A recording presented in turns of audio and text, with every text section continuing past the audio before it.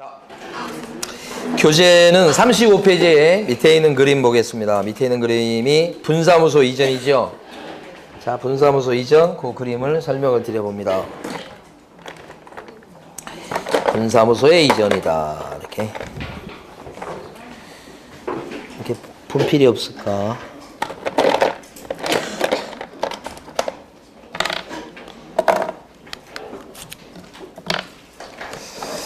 거기 보니까 주된 사무소가 어디에 있나요? 주된 사무소 동작구. 본점이 동작구에 있습니다요. 본점 주된 사무소. 뭐 A라는 법인이다. 법인 개공. 여기. 자, 근데 이제 분사무소를 동작구에는 못 두겠죠. 그래서 이제 인근에 두는데 보니까 강서구. 강서구에다가 이렇게 지점을 차렸다. 이렇게. 이 분사무소로 이전하는데 강서구에 있던 분사무소를 갖다가 이렇게 은평구로 이전한다. 은평구. 이렇게. 이전 절차가 4단계, 4단계. 첫 번째, 짐 싸서 이사 가고요. 이전. 그 다음에 이사 갔다고 신고하는데 강서구에 있던 분사무소를 은평구로 이사했으니까 은평구청장한테 이전 신고합니까? 아니요. 아니다. 여기다 합니까? 아니고. 주된 사무소 소재지 관할 등록관청에 이전 신고. 이전 신고 요것도 10일 이내에 해야 되고요. 빨리 해야 되고 늦게 하면 과태료. 이전 신고할 때 빈손으로 가면 안 되고. 그죠? 신사증. 그죠? 신사증이다. 이렇게. 신사증. 이 신고서 적어내고 사무소 확보 서류 갖다 내고 그다음에 증이 뭐죠? 증. 신고필증. 이건 등록증 아닙니다. 고칠 것은 분사무소에 걸려있던 신고필증을 고쳐야 되는 거예요. 그래서 신고필증. 기출문제에서는 이게 등록증으로 나왔었어요. 되게 어려운 겁니다. 자, 처음에 중요한 것은 주된 사무소 소재지 관할 등록관청인 동작구청장한테 신고해야 된다. 여기가 첫 번째 포인트. 두 번째, 이전 신고할 때는 등록증이 아니라 뭘 떼가야 된다. 신고필증. 그러면 이걸 확인하고 요거 확인하고 신고필증을 고쳐주죠. 요거에 신고필증 재교부예요. 신고필증을 고쳐서 재발급해준다. 재교부. 이렇게. 신고필증 재교부. 이렇게. 재발급 받는 것을 여기다 걸고 영업하면 됩니다. 예. 근데 끝난 게 아니고 분사무소를 이렇게 이전했는데 신고를 여기다가 또는 여기다 한 게 아니어서 모르고 있어요. 모르고 있어요. 그러니까 아는 동작구청장이 어떻게 돼? 가르쳐줘야 됩니다. 요게 뭐요? 지체 없이 통보. 마무리 절차죠. 알려주는 거죠. 통보입니다. 이거. 두 군데 다 통보합니다. 여기는 거기를 떴다 라고 통보. 여기다 통보할 때는 그쪽으로 갔다 라고 통보하는 거죠. 근데 중요한 포인트는 뭐냐면 요럴 적에는 송부라는 절차가 없다는 거예요. 송부라는 절차는 등록관청이 바뀌었을 때 하는 절차예요. 근데 분사무소가 여기 있을 때도 이 분사무소의 등록관청은 여기. 이쪽으로 이사와도 이 분사무소의 등록관청은 여기 아니고 여기. 그러니까 바뀐 게 없잖아요. 뭐 등록대장 넘겨주고 그럴 일이 없다고. 이 분사무소들은 전부 다 여기서 관리한다고.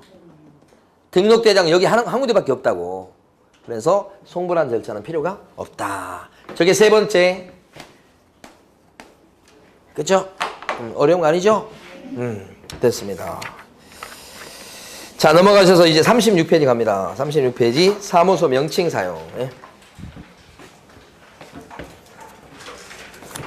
사무소 명칭 쓰는 거 얘기합니다. 명칭 사용 이렇게. 자, 중개사무소 명칭은 다양하죠. 자, 중개사무소 명칭을 쓸 때 명칭을 이렇게 쓰십시오. 이 명칭이 뭐냐면 이게 상호입니다. 상호. 그러니까 중개업소 상호 대단히 다양하죠. 근데 법에서는 가로 1번 개업공인중개사라면 사무소 명칭을 쓰는 방법이 몇 가지더라? 두 가지죠. 하나가 뭐예요? 공인중개사 사무소 그런 문자가 들어가게 쓰든지 아니면 부동산 중개라는 문자가 들어가게 쓴다. 둘 중에 하나에 문자가 들어가게끔 쓰십시오. 이렇게 된 거죠. 가로 1번.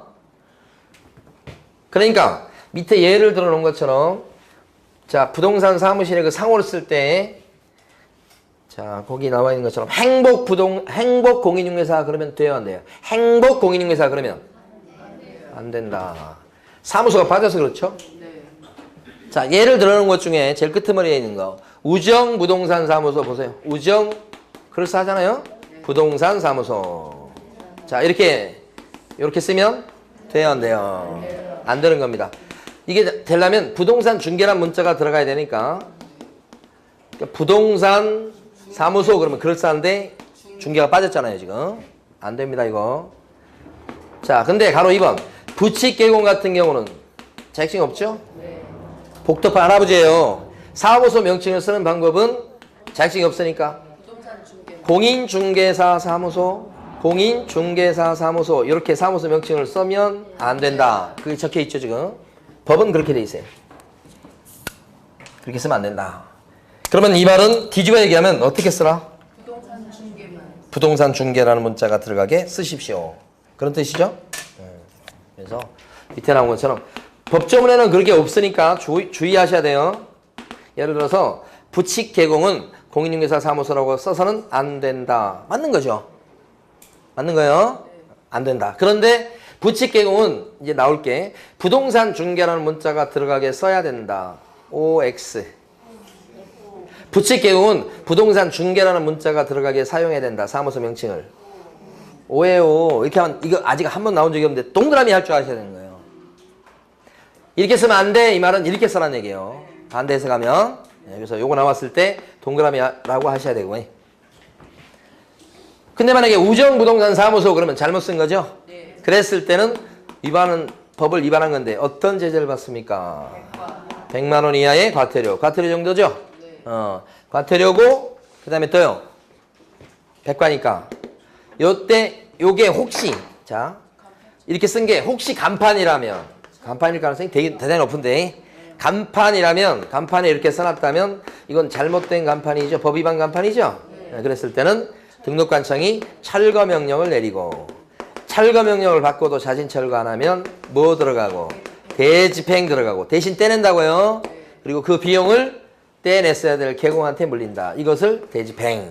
그 대집행은 어느 법에 따라서 대집행하죠? 행정대집행법. 그래서 잘못된 간판은 요 한 세트입니다. 빨간 거. 예. 자, 그 다음에 이제 두 번째 거 가봅니다. 이번에 오른쪽 간판 실명제입니다. 간판에다 이름 적으라고 하는 거죠. 간판 뭐요? 실명제. 간판에 이름 적으셔. 이렇게 돼 있어요. 가로 2번요. 이때 이 간판은 모든 간판은 아닙니다. 가로 2번 가보시면 이 간판은 이 간판이란 말을 갖다가 법조문에서는 옥외 광고물이라고 많이 써요. 옥외 광고물 같은 뜻.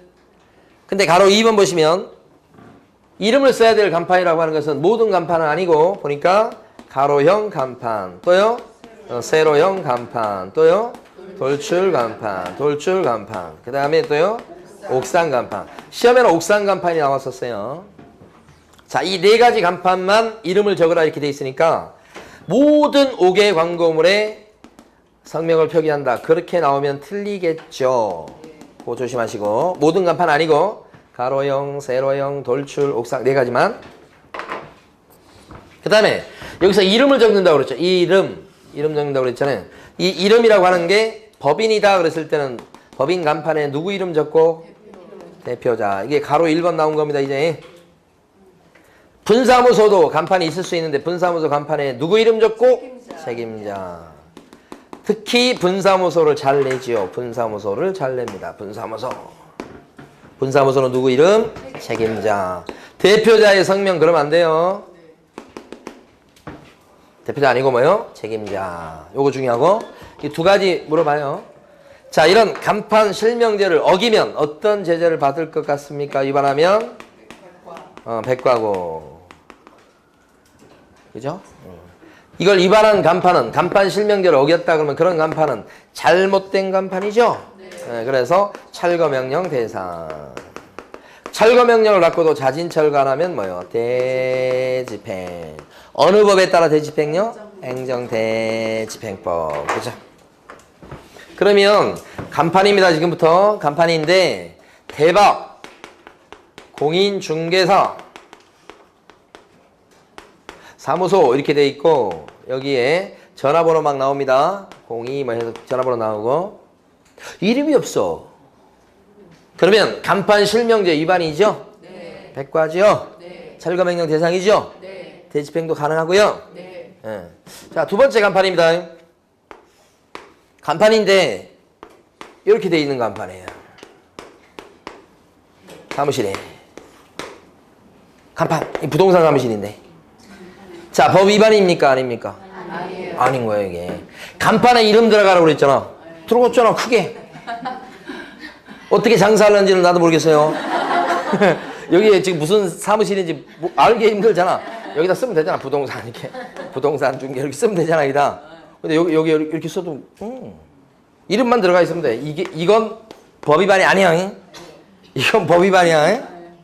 그걸 이해하시라. 그런데 제일 위에 쓰시면 간판 실명제 위에다가 네모 2번 이 간판은 반드시 설치해야 될 의무가 있나요? 없나요? 두 번 나온 거예요.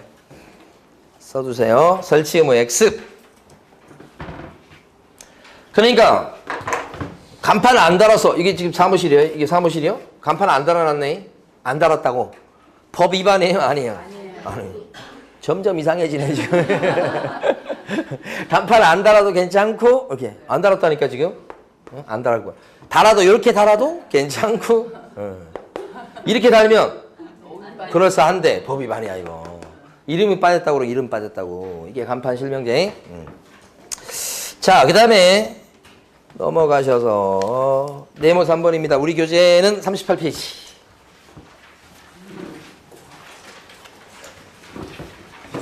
음, 38페이지 가면 이번에 표시 광고. 자, 이 표시 광고란 말하고 요 말을 잘 구별해 주세요. 요 표시 광고 할 때 사실은 광고 매체분의 제일 중요한 건 간판이긴 합니다. 솔직히. 그런데 여기는 간판 얘기가 아니에요. 광고 전단지라고 생각하셔야 돼. 그렇게 이해하는 게 시험에는 좋아요. 표시 광고다, 광고지다, 광고 전단지다 이렇게. 그러면 이런 표시 광고는 우리 법상 개업 공인중개사만 표시 광고를 할 수 있게끔 돼 있어요.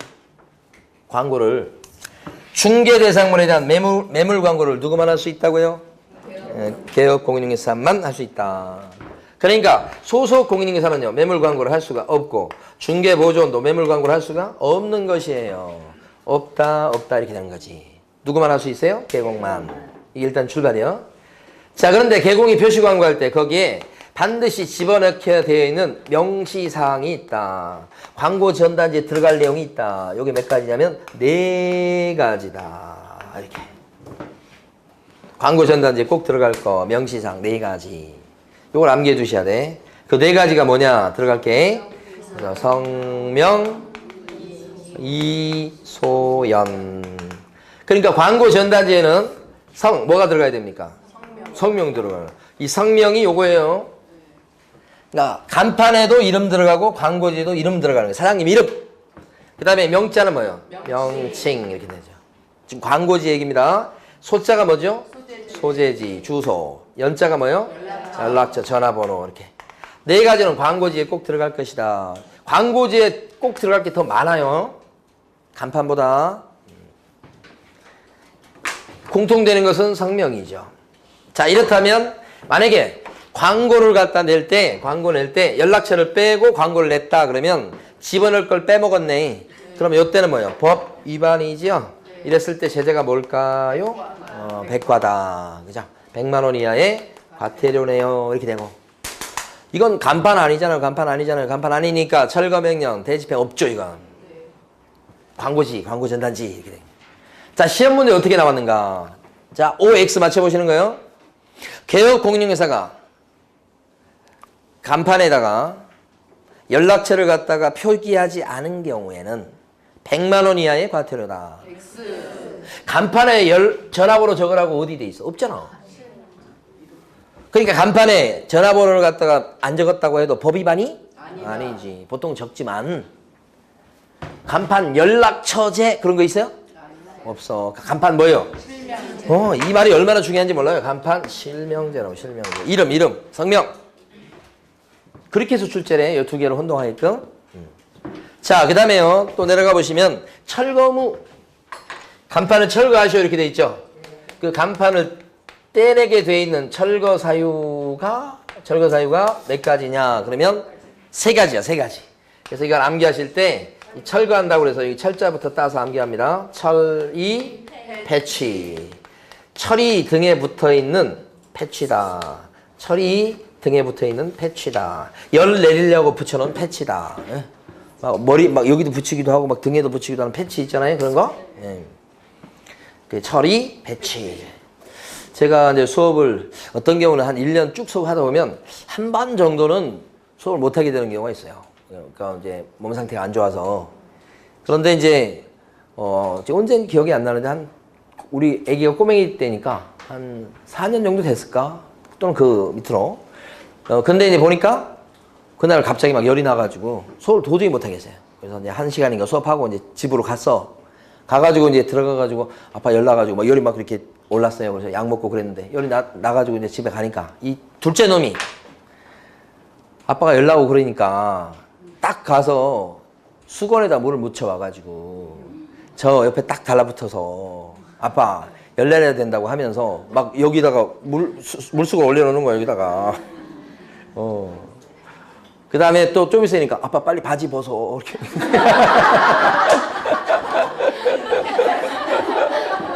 닦아줘야 된대요. 아이고 그놈 어렸을 때 열나가지고 닦아주고 막 닦아주는데 춥다고 막 그런 거 막 그 기억이 막 그대로 있잖아요. 근데 그걸 똑같이 하는 거라. 그래서 그때 그 우리 둘째 놈 그 보면서 그거 가끔마다 생각하면서 막 그 생각만 해도 막 제가 행복해져요.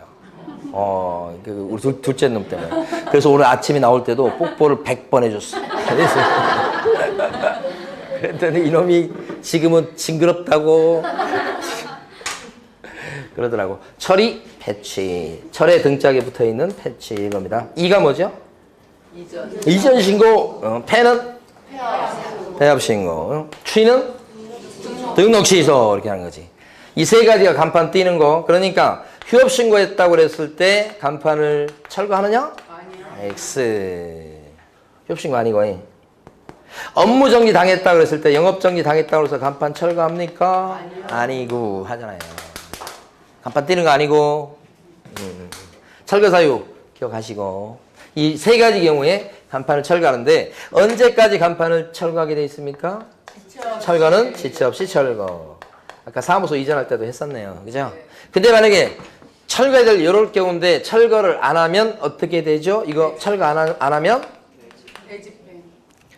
그러면 그건 잘못된 간판이야. 그렇죠? 잘못된 간판은 우리가 언제나 이제 뭐예요? 철거명령, 대집행. 그런데 이것은 철거명령을 할 필요가 없어요. 이 조문 자체가 철거명령이에요. 법에 이렇게 이때는 철거해라고 법이 돼 있잖아요. 그러니까 이 자체가 철거명령이나 다를 바가 없으니까 바로 뭐로 들어가요? 안 떼내면 대집행 바로 들어가는 겁니다. 이때는. 철거명령이 없어요. 그리고 백과도 없어요. 그냥 떼내는 걸로. 그래서 비용 물리는 걸로 처리합니다. 과태료가 없어요, 여기요. 자, 그 다음에 밑에 가시면 이번에는 게시 의무. 사무실에 걸어 두십시오. 그런 거 있잖아요. 게시해야 될 거. 게시 의무다. 게시할 서류가 요것이 몇 가지냐면 4가지거든요. 그래서 이거 암기하실 때 개자부터 따서 개, 등, 보고, 자요. 이렇게. 개, 등, 보고, 자요. 등짝을 보고 잔다 이 말인데 요게 저희 집사람이 한 얘기예요. 그래서 신혼 초에는 저희 집사람이 왜 등을 돌리고 자냐고 막 그것 때문에 싸우고 막 그랬었거든요. 요새는 어떻게 해요? 각방 씁니다. 막 등 돌리고 잔다고 막 그렇게 그러더니 뭐 요새는 그래서 어떨 때는 이제 그렇게 하다 보니까 또 편하기도 하더라고요. 자, 게시할 서류 중에 등이 뭐예요? 등록증 원본. 자, 근데 조심할 게 이겁니다. 분사무소다 그랬을 때 분사무소에다가는 등록증을 걸어둡니까? 신고필증을 걸어둡니까? 그게 핵심. 출제를 예상해 봅니다. 분사무소에다가 등록증을 게시해야 된다 이렇게 나오면 틀린 거. 분사무소 나오면 신고필증 원본. 중요합니다. 그 다음에 보는 뭐예요? 보증서류, 보증서류, 보증, 설정, 증명서류인데 보증서류. 자, 그 다음에 자는요? 자격증, 원본입니다. 원본. 이때도 사본으로 출제가 됐었어요. 사본 그러면 안 됩니다. 자격증 뭐요? 원본. 그런데 이 자격증 원본을 게시할 사람은 누구냐? 그러면 부동산 사장님과 그 다음에 소공까지 들어갑니다. 소속 공인중개사도 자격증 원본 게시해야 됩니다. 지금 여기도. 그런데 이제 이게 원본이란 말이 만들어진 게 소공은 자격증 게시하는 걸 싫어해요. 소공은. 개공은 그냥 자기 사무실이니까 그런 거에 대해서 뭐 거부감이 없어요. 그런데 소공은 자기 사무실이 아니잖아요. 거기다 자기 자격증 걸어 놓으려고 하니까 여기가 좀 싫어합니다. 그래서 옛날에는 이 소공들이 자격증을 걸어두라 그랬을 때 이 원본 얘기가 없었어요. 조문에. 그래서 옛날에는 사본을 걸겠다고 하는 소공들이 꽤 많았다고. 그래서 사본 걸어도 되냐고 제가 질문을 되게 많이 받았어. 졸업생들한테. 그런데 그리고 나서 좀 지나니까 이게 생겼어. 원본으로. 뭔지 아시겠죠? 현장에서 그렇게 막 질문이 막 들어가면 국토부까지 가요. 그럼 그런 내용들에 대해서는 정리를 해줍니다. 법으로. 그래서 원본이라고 못이 딱 박혀버려서 이제는 소공도 자격증을 게시할 때는 복사 뜬 거 걸어놓으면 안 되고 뭐예요? 원본을 게시해야 된다. 원본입니다. 사본 이렇게 하면 틀린 거예요. X 나왔었어요. 네. 자, 그 다음에 요자는 뭐예요? 요율 및 한도액표. 요율표죠? 요율 및 한도액표. 그러니까 요 네 가지를 갖다가 걸어두세요. 이거 안 걸어두면 어떤 제재를 받습니까? 100만 원 이하의 과태료. 백과입니다, 이거. 자, 그런데 게시할 서류 중에 가만히 보니까 실무교육 수료증 게시할 서류에 들어가나요? 아니요. 실무교육 수료증은 게시해야 될 서류에 들어가지 않죠. 사실은 실무교육 수료증은 여기저기 되게 많이 나와요. 실사, 실사보 이런 식으로 자실사 되게 많이 나오죠. 근데 게시해야 될 서류 중에는 실무교육 수료증은요 나와 있지 않아요. 그죠? 실무교육 수료증은 게시할 서류에 들어가지 않는다. 그죠? 그래서 게시할 서류 아닌 것은 나왔을 때 정답이 될 가능성이 되게 높아요. 실무교육 수료증 4번. 자, 실무교육 수료증은 게시할 서류가 아니다. 이렇게. 거기까지 했고요. 그러면 여기까지 했고 오른쪽에 가십니다. 네모 6번 보시겠습니다. 네모 6번은 이런 거네요. 개업 공인중개사 아닌 사람은 공인중개사 사무소, 부동산 중개 이런 문자가 들어가게끔 쓰면 돼요, 안 돼요? 안 돼요. 안 되더라. 또는 그 비슷하게라도 쓰면 안 되고 쓰면 이렇게 돼. 형사처벌, 형사처벌. 아닌 자가 썼으니까. 사실 이런 명칭은 누구만 쓸 수 있다? 개공만 쓸 수 있게 돼 있죠, 지금. 그런데 개공 아닌 자가 그런 명칭을 썼죠, 함부로. 형사처벌이에요, 형사처벌. 개공이 제대로 안 썼을 때는 과태료 매기고 끝나는 정도입니다. 사실은 가볍게 처벌하는데 개공 아닌 자가 반대로 써버리면 형사처벌이에요. 두 번째, 공인중개사 아닌 사람, 무자격자도 공인중개사 이런 거 쓰면 안 돼요. 그 공인중개사하고 유사한 명칭도 써서는 안 된다. 이렇게. 아닌 자가. 그럼 쓰면 이렇게. 두 번째 거. 공인중개사 아닌 무자격자가 공인중개사라고 명함에 쓰거나 그러면 걸리는 거 비슷하게 써도 걸리는 거.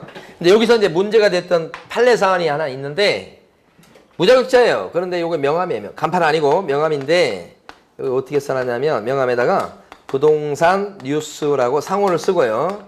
대표 이렇게 써서 대표. 그래서 이미숙이라고 이렇게 썼다 이 말이에요. 이렇게. 혜원이로 할 건데 그랬다. 이렇게 했어요. 자, 그렇게 됐을 때, 요 대표 이미숙, 이분이 자격증이 없어. 자격증이 없는데 대표라고 쓴 거야. 이 사람이 만약에 공인중개사 이미숙, 무자격자가, 그럼 여기 걸리지. 이랑 일반이요, 볼 것도 없이. 근데 대표라고 쓴 거야. 무자격자가. 근데 돈을 되게 잘 버셔요, 이분이. 이 영업 수완이 뛰어나가지고. 그랬을 때, 요 무자격자가 이렇게 써도 걸려요. 왜냐면 대놓고 공인중개사라고 쓴 건 아니지만 유사명칭이야. 왜냐면 부동산 상호가 있고 사장님을 뜻하는 대표라는 사람이 직함을 썼고 자기가 거기에 무자격자인데 자기 이름을 써놓게 되면 일반인들 입장에서 봤을 때는 이미숙 씨를 이 부동산 사장님으로 생각하고 부동산 사장님의 98%가 공인 개공인데 그 분들이 98%가 증이 있다는 얘기예요. 그러니까 저렇게 대표라는 직함을 쓰게 되면 공인중개사라고 대놓고 쓴 건 아니지만 그거하고 뭐예요? 유사한 명칭을 쓴 거다. 그래서 어떻게 돼요? 1학년 일반. 그죠? 그 판례 한 4번 정도 출제됐던 판례들 잘 기억하셔야 돼. 자, 제일 마지막 거 이제 이거 하고 다음으로 넘어갑니다.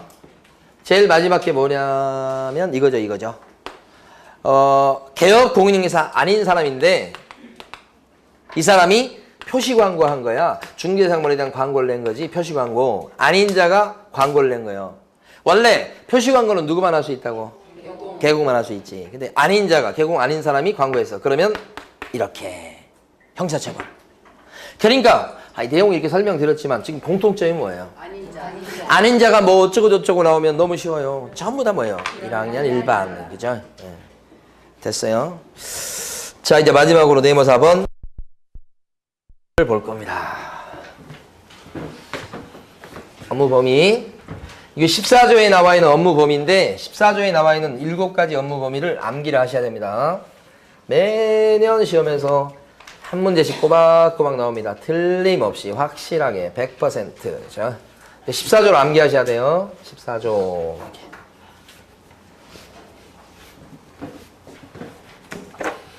자, 법인인 개업 공인중개사의 업무에 들어가는 것이 14조에 써져 있다.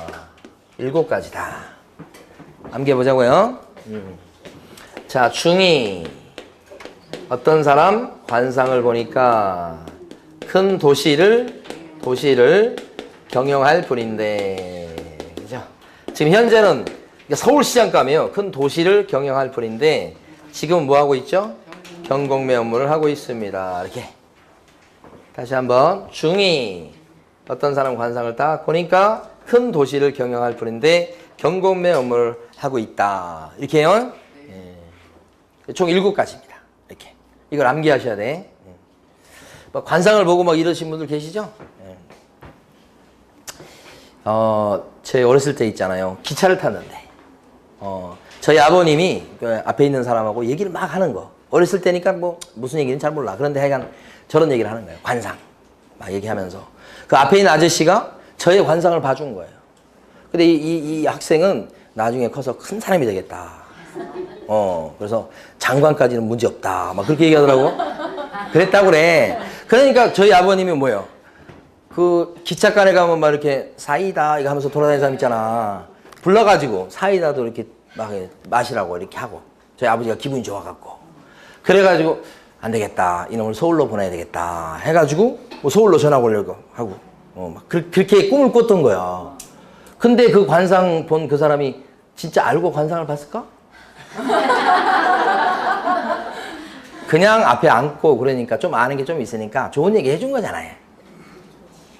그런 경우 많잖아요, 세상에. 그걸 철사까지 믿으신 우리 아버님은 어떻게 되는 거예요, 지금? 저희 아버님이 정말 세상을 너무 모르셔요. 그래서, 아니, 그것뿐만 아니라 다른 것도 그러세요. 그래서 참, 저희 아버님이 세상을 조금 더 좀, 보는 눈이 있었으면 저희 집도 좀 달랐을 텐데. 세상을 등지고 사신 분이야, 거의. 예. 근데 이런 것만 믿어, 이런 것만, 이렇게. 근데 지금은 이제 지나놓고 보니까, 이제 지금은 깨달으시겠지, 말씀 안 하셔도. 그렇잖아요? 자, 이게 중개업이요. 그 다음에 관자가 뭐예요, 이게? 관리를 대신해준다. 관리대행. 이게 같은 말로 임대관리. 임대관리 뭔지 아시죠? 임대관리. 얼마 전에 뭐 안산인가 어디서 두 자매가 막 맥시버 해가지고, 뭐 돈 뭐 그런 게 있었잖아. 그게 임대관리예요. 별거 아니에요. 여기 방이 비었네, 원룸에서. 그러니까 어떻게? 주인 대신 임대차 계약을 체결해서 집어넣고. 또 살던 사람이 만기가 됐네. 그러면 어떻게? 월세를 올릴지 말지, 얼마 올릴지, 내보낼지 다 알아서 결정해주면서 관리해주는 거 임대관리. 그죠? 이걸 법인인 개업 공인중개사가 할 수 있다고. 근데 이 임대관리가 그런 원룸 같은 주택이라든지 아니면 상업용 건축물, 즉 상가 같은 거에 대해서 임대관리를 할 수 있다고 된 거예요. 두 번째 업무가 이거잖아요. 그러니까 이것은 무슨 말이냐면 이게 농업용 건축물에 대한 임대관리, 농업용 건축물. 그러면 이것은 법인 업무에 들어가지 않는다. 공업용 건축물에 대한 임대관리, 이것도 법인 업무에 들어가지 않는다. 이런 얘기예요. 그 다음에 옆에 다 써놨지만 이게 부동산 임대업 자체를 할 수 있다는 게 아니죠? 네. 임대관리업을 할 수 있다는 것이죠? 네. 임대관리업은 관리업입니다. 관리업, 임대업이 아니고 임대 사업이고 이건 관리업이고 그래요. 법인이 할 수 있는 건 임대업이 아니고 뭐예요? 관리업이요, 관리업. 임대 관리업. 그래서 이렇게 나오면 법인 업무가 아니다. 이 노란 걸 잘 기억해 주셔야 돼. 오른쪽에 써져 있는 것들은. 그 다음에 상이 뭐냐면 상담이죠. 이게 다른 말로 영어로 하면 뭐예요? 컨설팅. 그러니까 컨설팅 업도 법인 업무가 되는데 뭐에 대한 컨설팅인가요? 부동산 컨설팅. 부동산에 대해서 이용, 개발, 거래에 관한 컨설팅이니까 부동산 요걸 어떻게 개발하면 좋겠어요?에 대한 컨설팅. 부동산을 요걸 갖다가 팔지 말지 또는 살지 말지에 대한 컨설팅. 그것도 컨설팅에 들어갑니다. 근데 중요한 포인트는 이러한 부동산 컨설팅은 대상 고객이 손님이 누구라도 다 좋아요. 일반인을 대상으로 한 부동산 컨설팅도 법인 업무. 의뢰인을 대상으로 하는 것도 법인 업무. 심지어는 다른 부동산 사장님인 개공을 대상으로 해서 부동산 컨설팅을 해도 법인 업무. 그러니까 상대방은 제한이 없다는 거. 요 앞에 수염을 꼭 기억을 해주셔야 돼요. 그런데 개발에 관한 상담을 할 수 있다는 것이지 부동산 개발업 자체를 할 수 있다는 것은 아니에요. 개발에 관한 상담업을 할 수 있다는 거예요. 응? 네. 구별하셔야 됩니다. 조금씩 다르게 되는 거예요. 자, 도자, 도시인데 이게 뭐냐면 도배나 뭐예요? 이사업을 할 수 있다는 게 아니고 이사업체 뭐예요? 소개를 할 수 있다 이 말이에요. 이거 맨날 시험에 나올 때 도배업, 이사업 이런 게 나와요. 인테리어업 이런 것도 법인 업무가 안 됩니다. 그 자체를 할 수 있다는 게 아니에요. 뭘 할 수 있다고요? 소개. 이걸 같은 말로 뭐라고 표현하냐면 자, 주거 이전에 부수되는 용역. 그 용역이 이제 도배업, 이사 이런 거예요. 용역에 뭐요? 알선. 요것을 할 수 있다는 뜻입니다. 용역의 알선. 알선이 소개예요. 같은 말. 주거 이전에 부수되는 용역의 알선의 대표적인 사례가 이거다 이 말이에요. 근데 하나 써주실 게 이거예요. 자, 주거 이전에 부수되는 거기까지 나왔는데 자, 여기서 주거 이전에 부수되는 용역의 제공이라고 하면 요것은 법인 업무가 아닙니다. 요걸 좀 써두십니다. 구별하기가 쉽지만 않습니다. 옆에다가 용역의 뭐라고요? 제공. 법인 업무 아니에요. 제공은 용역을 제공한다는 얘기는 도배를 해준다는 얘기예요. 용역의 알선은요. 도배업체를 소개시킨다는 얘기니까. 의미가 같지 않죠? 주거 이전에 부수되는 거기 써놨습니다만은 용역업이다. 그러면 이것도 법인 업무가 아니고 이 용역업이 바로 도배업, 이사업을 얘기하는 거예요. 이게 이렇게는 같은 말이에요. 그래서 근데 작년 시험에 이렇게 나왔으니까 용역의 제공 어려워요. 얘하고 얘를 같은 걸로 생각이 쉬워요. 여기를 잘 봐두셔야 돼요. 다른 데보다 특히 더 어려운 부분이에요. 자, 그 다음에 경영 컨설팅. 컨설팅이라고 얘기했지만 이렇게 줄여서 얘기했습니다. 아까 이 부동산 이것도 컨설팅으로 우리가 바꿔서 불렀죠? 여기도 경영 컨설팅이죠. 다시 얘기하면 경영에 대한 기법, 경영에 대한 정보를 제공하는 걸 얘기합니다. 네, 그런데 핵심은 이런 경영 컨설팅은 누구를 상대로 하는 것만 법인 업무가 됩니까? 부동산 사장님. 부동산 사장님한테 중개업소를 어떻게 운영하는 게 좋을지, 경영하는 게 좋을지에 대해서 조언해 주는 거예요. 그래서 경영 컨설팅이니까 중개업소 경영이니까 누구를 상대로 해야 돼? 개공. 그 점에서 같은 컨설팅이지만 부동산 컨설팅하고 다르죠? 네. 부동산 컨설팅은 개공을 상대로 하든 일반인을 상대로 하든 의뢰인을 상대로 하든 법인 업무가 되지만 이 경영 컨설팅은 개공만 상대방이 되는 거예요. 구별해 주셔야지. 자, 근데 이때 같이 지금 보실 게 부동산 정보 제공이라는 게 지금 거기 적혀 있어요. 자, 부동산 매물 정보 제공하는 것은 법인 업무에 들어가지 않습니다. 여기서 법인 업무에 들어가는 것은 무슨 정보 제공? 경영 정보 제공이에요. 다시 한번. 법인 업무에 들어가는 것은 무슨 정보 제공? 경영 정보 제공이야. 그럼 부동산 매물 정보 제공하는 것은 법인 업무에 들어가지 않아요. 이게 아직 출제가 안 된 중요한 내용이에요. 이게 안 들어가서 뒤에 배우는 거래 정보망 나올 때, 그 내용 공부할 때 거래정보 사업자로 지정을 받을 수 있는 법인에는 법인인 개업공인인사는 절대 지정을 못 받는다고 해요. 왜 그래요? 법인 업무는 14조에 나와 있는 7가지만 할 수 있는데 거기에는 부동산 정보 제공이 없으니까요. 그래서 법인 개업은 사업자로 지정 못 받는다. 그죠? 중요한 내용이죠. 왜 그러냐? 이게 없어서 그렇다. 여기 업무에. 그래서 다음 중 법인인 개업 공인중개사의 업무에 해당하지 않는 것은 했을 때 요 지문이 출제가 유력한데 아직까지 출제를 못하고 있습니다. 중요합니다, 이거. 네. 자, 그 다음에 분자는 뭐냐면 분양대행. 대신 분양계약을 체결해 준다는 얘기죠? 네. 모든 부동산에 대해서 분양대행하는 것이 법인 업무입니까? 아니죠. 두 가지죠. 하나가 상업용 건축물이고 또 하나가 뭐예요? 주택이죠. 상주죠. 두 가지에 대해서 분양대행한다 그랬을 때 그게 법인 업무에 들어가는 거예요. 상주대행이죠. 그러니까 시험에 여러 번 나왔던 것처럼 토지에 대한 분양대행입니다. 그러면 법인 업무에 들어가지 않습니다. 공업용 건축물에 대한 분양대행 그러면 이것도 법인 업무에 들어가지 않습니다. 상주대행이다. 상주대행이다. 위에도 보면 대행자가 한 번 더 나오죠? 관리대행, 그죠? 이때도 상주대행, 상주대행, 상주대행 이렇게 되죠.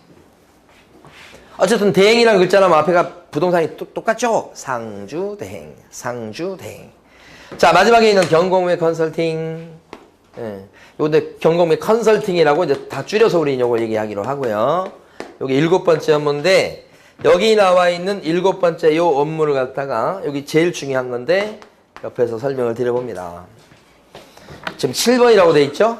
그거 설명드립니다. 자, 이게 뭐냐면 법원 경매에 나온 물건이에요. 아니면 공매에 나온 물건이다. 법원 경매는 아실 거고 이 공매라고 하는 게 지난주에 공부했던 내용 중에 특수법인 중에 말이에요. 자산관리공사 나왔었죠.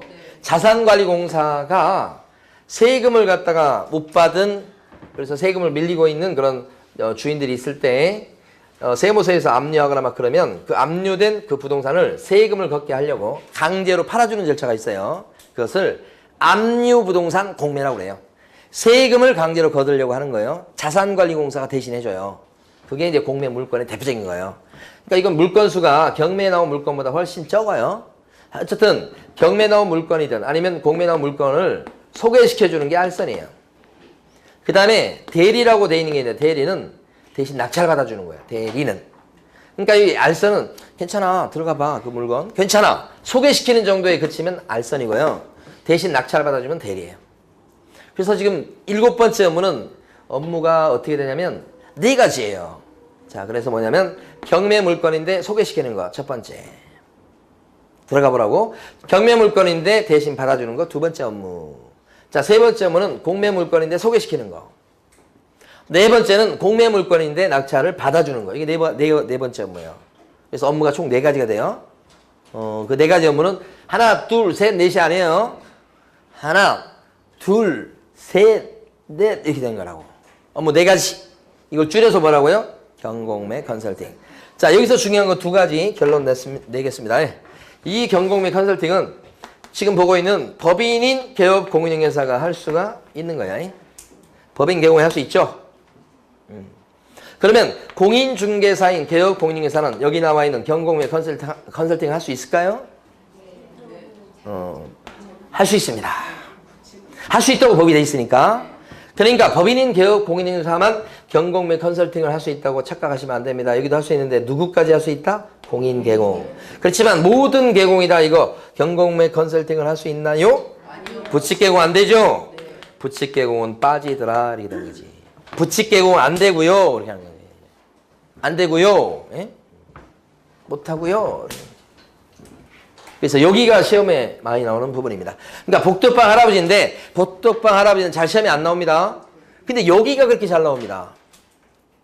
부칙 개공 여기의 부분.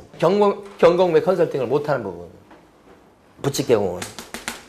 그러니까 복덕방 할아버지가 전체 개공 중에서 뭐 한 1%나 될까 막 이래요. 연세가 높으시잖아요. 그러니까 지금 사실 사라질 단계에 있는 건데 그래도 시험에서는 계속 못한다고 이거 나와요. 그러니까 부칙 개공 되시는 어르신들도 보면 어쩔 때는 귀가 간지러울 거예요. 우리가 이거 되게 많이 얘기하잖아 이게. 자, 2번째는 경공매 컨설팅 여기 중에서 업무 중에서 말이에요. 시장의 규모가 제일 큰 것은 경매에 나온 물건 수가 많으니까 그 경매 물건을 대신 받아주는 경매 대리가 여기에 시장 규모가 제일 커요. 이때는 특징이 뭐냐면 자, 개공이 할 수 있긴 하지 여기나 여기가. 근데 그냥 하는 게 아니고 등록을 한 번 더 해야 할 수 있도록 하고 이 등록은 어디에 등록하냐면 등록관청에 등록하는 거 아니죠? 어디요? 법원에 등록해야 할 수 있다. 법원에 등록을 한 번 더 해야지만 경매 입찰 대리를 할 수 있다고 법이 되어 있다고. 요것을 꼭 알아두셔야 되고. 그러니까 자 이제 갑니다.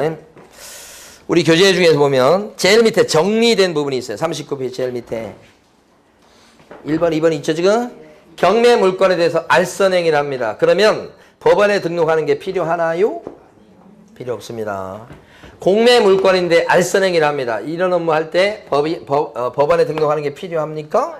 아니고 이것도 아니고 자 공매 물건에 대한 입찰 대리를 하려고 합니다. 그럴 때도 법원에 등록하는 게 필요하냐고요? 필요 없죠? 그게 동그라미 1번과 2번이에요. 중요한 거예요. 됐습니다. 이제 마지막으로 갑니다. 다음 페이지 가면 3번이 나옵니다. 3번은 이런 얘기예요. 지금 여기 보면 법인인 개업 공인중개사의 업무는 14조에 남아있는 총 7가지예요. 동그라미 3번 다음 페이지. 그러면 여기 7가지 빼고 나머지 업무는 법인인 개업 공인중개사가 할 수 있다고요? 없다고요? 없어. 그러니까 법인인 개업 공인중개사는 요 7가지에 들어가지 않는 건 못하는 건데 예를 들어서 대부업이다. 응? 사채업이라고 하는 거 있잖아요. 할 수 있습니까? 아니요. 대부업 없어요. 자, 문구점 할 수 있을까요? 문구점? 없습니다. 할 수 있다고 되어 있지 않잖아요? 못하는 거요. 운송업 할 수 있을까요? 운송업? 못하는 거요. 감정평가업 할 수 있을까요? 감정평가업도 할 수가 없죠. 도배업 할 수 있을까요? 없어요. 못하죠? 이건 법인은 딱 7가지 할 수 있고 나머지는 못한다 이 말이야. 그게 동그라미 3번이에요. 간간히 시험 문제 나와요. 그래서 만약에 이걸 해버리면 법 위반이죠. 이걸 위반하면 어떤 제재를 받는다고 나와요. 거기 보니까 등록이 잘릴 수도 있겠다 해서 뭐요? 임등치다. 동그라미 3번까지 했죠. 자 그러면 이제 거의 다 했는데 여기서 정리를 좀 해봅니다. 밑에 보시면 박스가 하나 더 있잖아요. 정리해서 나온 박스. 자, 요 얘기입니다. 지금부터 봐요. 여기 나와 있는 업무 중에서 이 중개업, 요것만 중개활동에 들어갑니다. 박스 보시면 이걸 뺀 밑에 6가지 업무가 있죠. 밑에 6개, 여기서부터 여기까지 경공매 컨설팅까지 밑에 6개는 중개입니까? 아닙니까? 아니다. 그 박스에 보니까 요것만 중개라고 동그라미 돼 있고 나머지는 중개 X라고 돼 있죠. 여기 보면 경매 알선행위는 왜 중개가 안 됩니까? 경매 알선행위가 여기 들어가잖아요. 경매 알선행위는 왜 중개가 아니에요? 경매기 때문에 아니지. 경매는 계약서 안 쓰잖아요. 첫 시간에 했던 거잖아요. 지난주에. 경매 알선행위는 알선행위지만 소개시키는 거지만 경매는 계약서 안 쓰죠. 중개의 본질이 뭐예요? 계약서 쓰게 만들어주는 거잖아요. 중개 아니죠? 분양대행은 왜 중개가 아닙니까? 대행이니까 중개가 안 된다고 그랬잖아요. 중개는 어떻게 해야 중개다? 알선. 그래서 중개가 안 돼요. 분양대행은. 지난주에 했던 거예요 지금.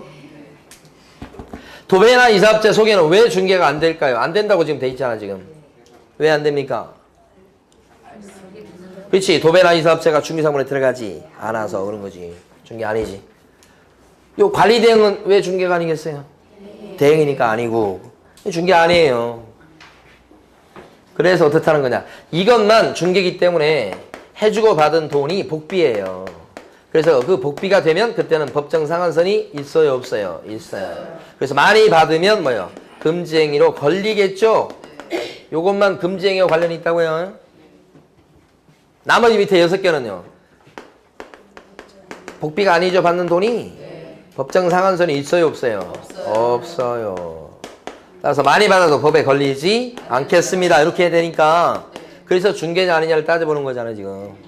오른쪽에 있는 거. 자 그런데 결론. 이럼에도 불구하고 7가지 업무 중에서 법정 한도를 정해놓은 것이 이거 이외에 이거 이외에 법정 한도를 정해놓은 것이 하나 더 있죠. 대법원 예규에서 법정 한도를 정한 거 하나 더 있죠. 이거잖아 이거.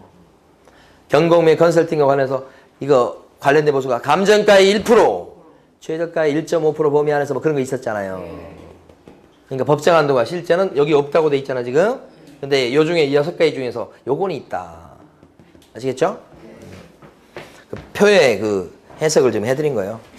자, 가로 2번이 마지막입니다. 자, 지금까지는 누굴 봤어요? 법인을 봤죠, 법인을. 법인을 본 거 아니에요, 지금? 자, 법인인 개업 공인인사를 본 건데, 보시면. 그래서 결국은 법인 말고 공인중개사인 개공이나, 그 다음에 부칙 개공은 어떤가. 그죠? 지금부터 3분 후에 수업이 끝납니다. 여긴 어떤가? 여기는 조문이 없어요.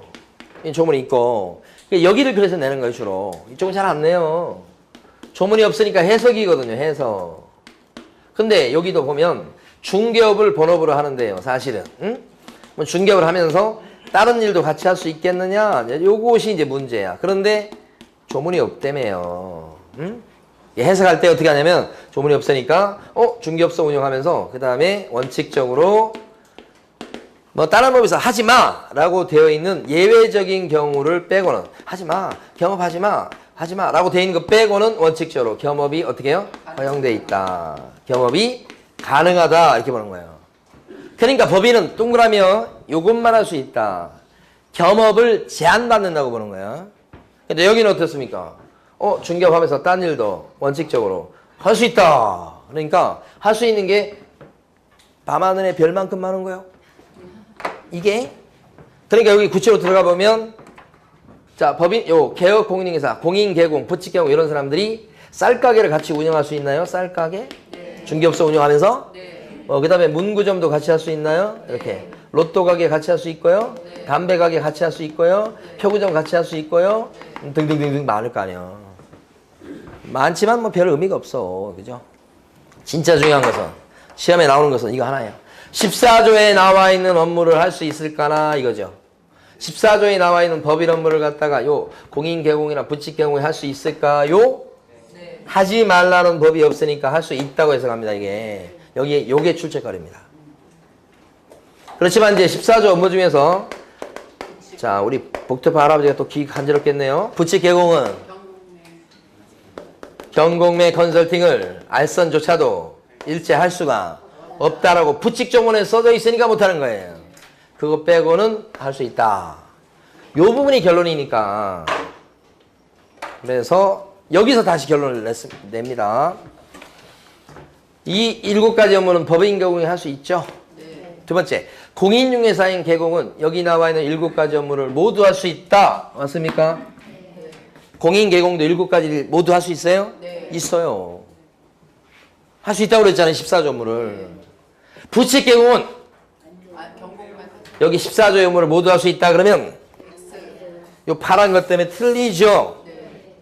부칙 개공 못 하잖아요, 이건요.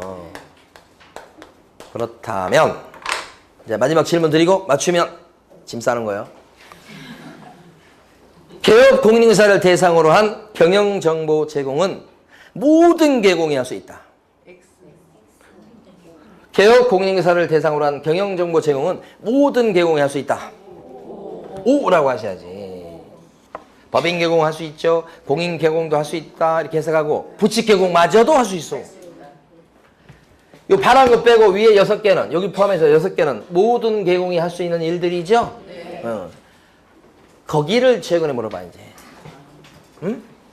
부동산 이용 개발 및 거래 관한 상담은 모든 개공이 할 수 있다. 네. 부칙 개공 포함해서 그런 게 수명 있잖아 지금. 할 수가 있다. 그죠? 여기까지입니다. 네. 자, 오늘 여기까지 진도 나가기로 하고요. 다음 주에는 41페이지 밑에 있는 고용인부터 할 겁니다. 네, 그렇게 하고.